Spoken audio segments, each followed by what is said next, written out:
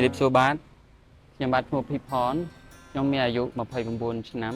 បច្ចុប្បន្ន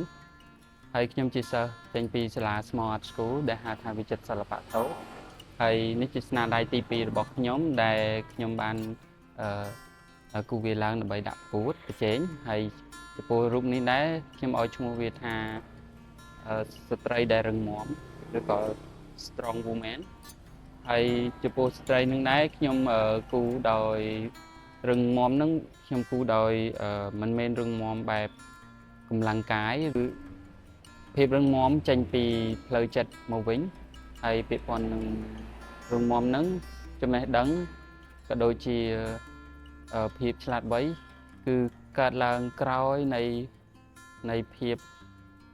ស្ងប់ចិត្តភាពរឹងមាំនឹងដែរខ្ញុំចង់និយាយអំពីភាពរឹងមាំខាងផ្លូវចិត្តធម្មតា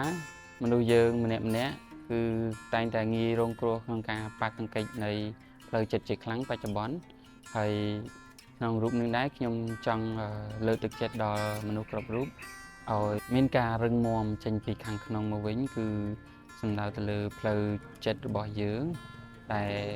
ទាំងអស់នឹងហើយដែលធ្វើឲ្យយើងមិនងាយរងគ្រោះក្នុងការបាក់ទឹកចិត្តក៏ដូចជា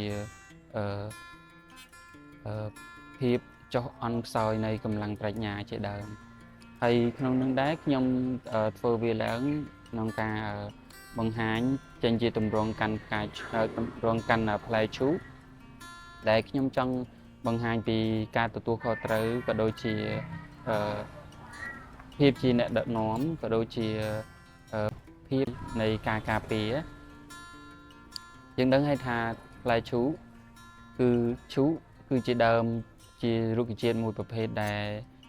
មានដើមតូចមែនទែនប៉ុន្តែវាបានទ្រទ្រង់នឹងការពារគ្រាប់យ៉ាងល្អក្នុងការប្រយុទ្ធប្រឆាំងជាមួយនឹងគ្រោះធម្មជាតិក៏ដូចជាខ្យល់អីខ្លាំងផ្សេងដែលធ្វើឲ្យដើមឈូកអាចការពារក៏ដូចជាទ្រទ្រង់នៃគ្រាប់ដើម្បីបន្តនៃពូជពង្សរបស់គេបន្តទៀតចំពោះស្ត្រីក៏ដូចគ្នាដែរតារាបណាស្ត្រីមានចិត្តផ្លូវចិត្តរឹងមាំហើយអ្វីទាំងអស់ហ្នឹងគឺយើងអាចការពារក៏ដូចជាคุ้មគ្រងនៃបញ្ហាផ្សេងបានចុងក្រោយខ្ញុំសូមអរគុណច្រើន